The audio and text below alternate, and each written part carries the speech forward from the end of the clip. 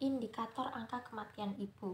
Indikator penilaian untuk penurunan angka kematian ibu sebesar 3/4-nya dalam kurun waktu tahun 1990 sampai 2015 adalah: yang pertama, angka kematian ibu melahirkan AKI per 100.000 kelahiran hidup. Yang kedua, proporsi kelahiran yang ditolong oleh tenaga kesehatan. Kemudian yang ketiga, proporsi wanita 15-49 tahun berstatus kawin yang sedang menggunakan atau memakai alat keluarga berencana dalam persen. Masuk ke bab keadaan dan kecenderungan AKI. Angka kematian ibu atau AKI di Indonesia sudah mengalami penurunan menjadi 307 per 100.000 kelahiran hidup pada tahun 2002 sampai 2003 jika dibandingkan dengan angka tahun 1994 yang mencapai 390 kematian per 100.000 kelahiran hidup. Tetapi akibat komplikasi kehamilan atau persalinan yang belum sepenuhnya bisa ditangani, masih terdapat 20.000 ibu yang meninggal setiap tahunnya. Dengan kondisi ini, pencapaian target MDGs untuk AKI akan sulit dicapai. BPS memproyeksikan bahwa pencapaian AKI baru mencapai angka 163 kematian ibu melahirkan per 100.000 kelahiran hidup pada tahun 2015, sedangkan target MDG pada tahun 2015 tersebut adalah 102. Pencapaian target MDGs akan dapat terwujud hanya apabila dilakukan upaya yang lebih intensif untuk mempercepat laju penurunannya.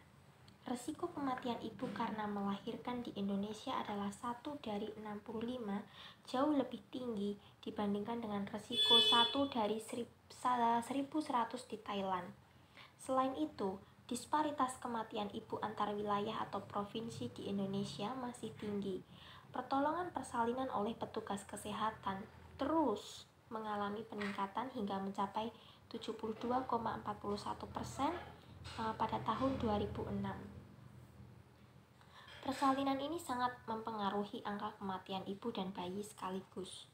Risiko kematian ibu semakin besar dengan adanya anemia, kekurangan energi kronik atau KEK, dan penyakit menular seperti malaria, tuberkulosis atau TB, hepatitis, serta HIV atau AIDS. Pada tahun 1995 misalnya, prevalensi anemia pada ibu hamil mencapai 51% dan pada ibu nifas 45%. Sementara pada tahun 2002, terdapat 17,6% wanita usia subur yang menderita KEK atau kekurangan energi kronik ya.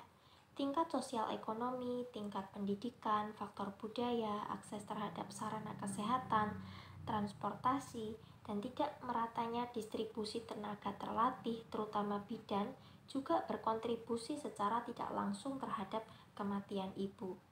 WHO memperkirakan bahwa 15% sampai 20% ibu hamil, baik di negara maju ataupun berkembang, akan mengalami risiko tinggi atau RISTI dan atau komplikasi. Salah satu cara yang paling efektif untuk menurunkan angka kematian ibu adalah dengan meningkatkan pertolongan persalinan oleh tenaga kesehatan terlatih. Presentasi persalinan yang ditolong oleh tenaga kesehatan terlatih meningkat dari 66,7% pada tahun 2002 menjadi 77,34% pada tahun 2009. Angka tersebut terus meningkat menjadi 82,3% pada tahun 2010. Data sementara Riskesdas 2010. Masuk ke bab penyebab kematian ibu ya.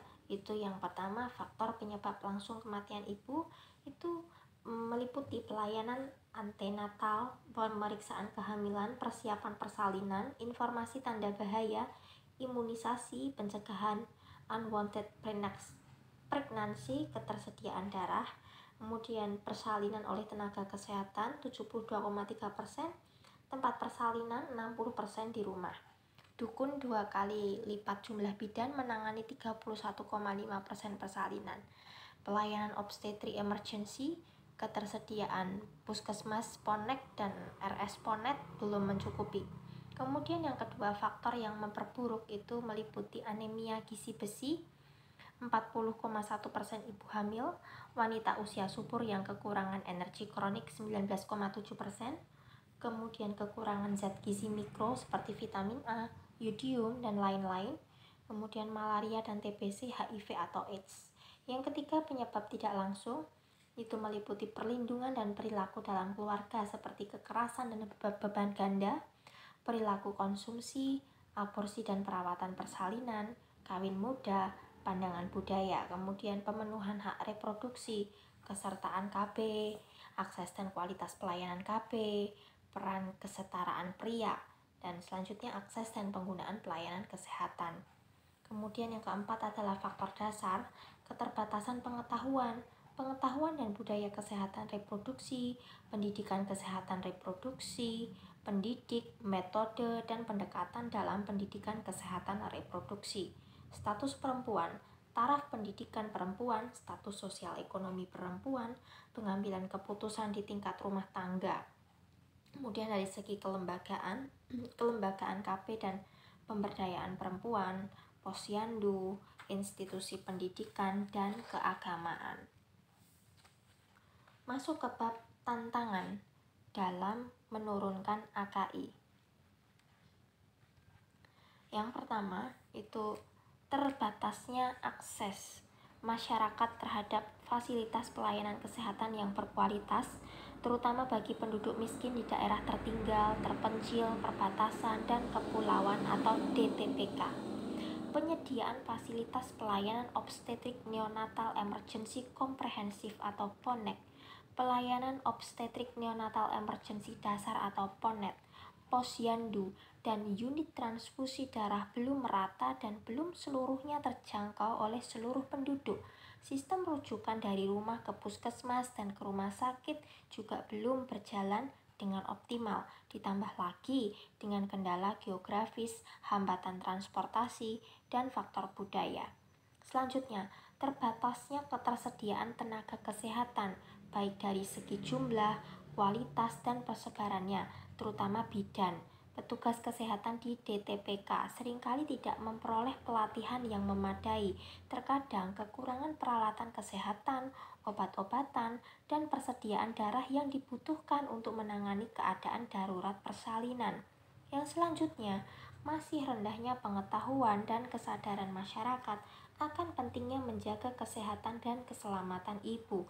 Beberapa indikator sosial ekonomi seperti tingkat ekonomi dan pendidikan yang rendah, serta determinan faktor lainnya bisa mempengaruhi tingkat pemanfaatan pelayanan serta berkontribusi pada angka kematian ibu di Indonesia. Selanjutnya, masih rendahnya status gizi dan kesehatan ibu hamil. Presentasi perempuan usia subur yakni 15 sampai dengan 45 tahun yang mengalami kurang energi kronis masih cukup tinggi, yakni mencapai 13,6% ya, data dari Riskesdas 2007. Rendahnya status gizi selain meningkatkan resiko kesehatan bagi ibu hamil, juga menjadi salah satu penyebab bayi lahir dengan berat badan rendah atau BBLR. Selanjutnya, masih rendahnya angka pemakaian kontrasepsi dan tingginya unmet need. Tingginya angka kematian ibu melahirkan itu dipengaruhi oleh usia ibu, yakni terlalu tua atau terlalu muda, tingginya angka aborsi, dan rendahnya angka pemakaian kontrasepsi. Yang terakhir adalah pengukuran AKI masih belum tepat karena sistem pencatatan penyebab kematian ibu masih belum adekuat. Sejak tahun 1994, AKI diperoleh dari perkiraan usia spesifik yang bersifat langsung terkait kematian ibu yang didapat dari laporan dari saudara kandung ibu yang masih hidup atau SDKI. Untuk mendapatkan angka kematian ibu yang adekuat dan penyebab kematian yang tepat dengan model statistik vital lengkap, bisa dilakukan melalui registrasi kematian ataupun sensus penduduk. Ya, itu perlu segera diterapkan.